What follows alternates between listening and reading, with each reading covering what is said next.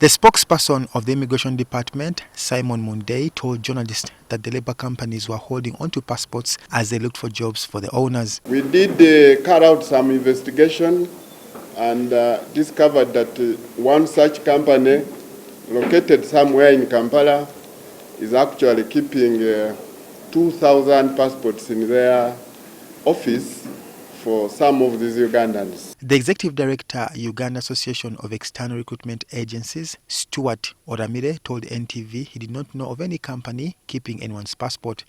About that allegation that we withhold the candidates' passports, it's not true. It's not true, at least as far as our members are concerned. He explained the instances where companies can retain a passport. So once we have used our money to acquire a passport for you, but for one reason or the other, you have not been able to travel, then we require that you at least pay something and get your travel document back.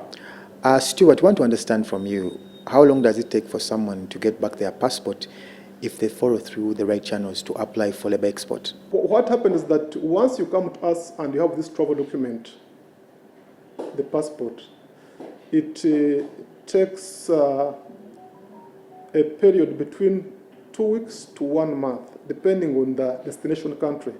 But because the requirements differ, if you're going to Qatar, the requirements to travel to Qatar could be different from the requirements to travel to the UK, to travel to Saudi Arabia, for example, for the maids.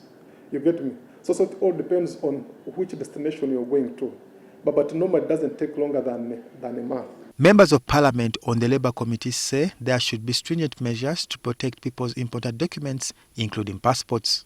When they are confiscated from Ugandans, then who uses them? Now, a person who confiscates a passport has a security for money. Do you think that person, be it a company or an individual, won't sell this passport? What has the ministry done? What has government done? What has the Ministry of Gender done? Because these passports are confiscated as security for payment, either payment for the company or payment for travel. We should come out with a clear law to protect and maybe give a reserve to these national IDs and passports such that they are not used as maybe borrowing or lending items or security, such that we can protect the sovereignty of the national ID and the passport, because it is just for identification and to give mobility to someone where you go. Maybe you go into another country, you can identify yourself with a passport. Whereas the Ministry of Gender, Labour and Social Development condemns the act of holding onto person's passport, it has urged labour export companies to have a consent form signed between the individuals and companies before taking the travel document from them. So in such a case, it would be wrong to hold on to that person's passport since they are no longer interested in the job. That's where this consent comes into play, that we agreed you process for me and I will reimburse the cost, because it is a cost. So we would advise the companies to take that approach. Raymond Tamale, NTV.